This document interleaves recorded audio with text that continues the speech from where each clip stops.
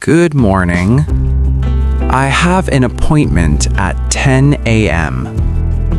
My name is Alex Rivera. Good morning, Alex. Please have a seat.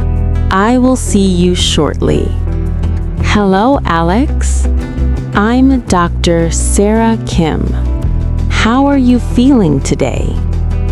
Hello, doctor. I'm not feeling very well. I've had a headache for 2 days, and I feel very tired. I see. Do you have a fever or a sore throat?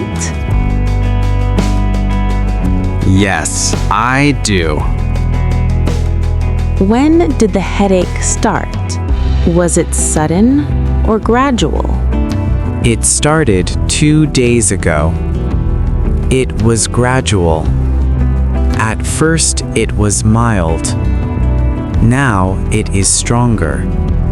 On a scale from 1 to 10, how painful is it? Maybe a 7. It gets worse at night. Are you sleeping well? Not really. I wake up often. I'm going to check your temperature. Please relax. Your temperature is normal. Let me check your throat. Okay. Open your mouth, please.